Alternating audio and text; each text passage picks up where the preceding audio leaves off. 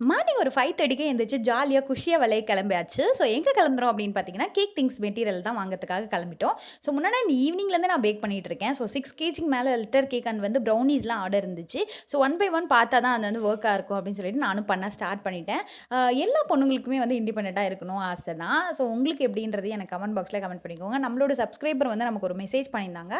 அப்புறம் காலும் பண்ணியிருந்தாங்க. ரொம்பவே சோகமாவும், ஒரு வெறுப்போடையும் பேசியிருந்தாங்க. "அக்கா உங்கள மாரி எனக்கும் பிசினஸ் பண்ணணும், இண்டிபெண்டன்ட்டா இருக்கணும்னு ஆசையா இருக்குங்க்கா" அப்படின்னாங்க. சரிம்மா பண்ண வேண்டியது தானே. ஆனா என்னோட ஹஸ்பண்ட் வந்து சுத்தமாவே எங்களுக்கு சப்போர்ட்டே இல்ல. எனக்கு ரொம்பவே கஷ்டமா இருக்கு. ஒரு சின்ன சின்ன விஷயத்துக்கு கூட எனக்கு சப்போர்ட் பண்ண மாட்டேங்கிறாங்க அப்படின்னு சொல்லி ஒரு வருத்தமா சொன்னாங்க. எனக்கு ரொம்பவே கோவம் தான் வந்தது.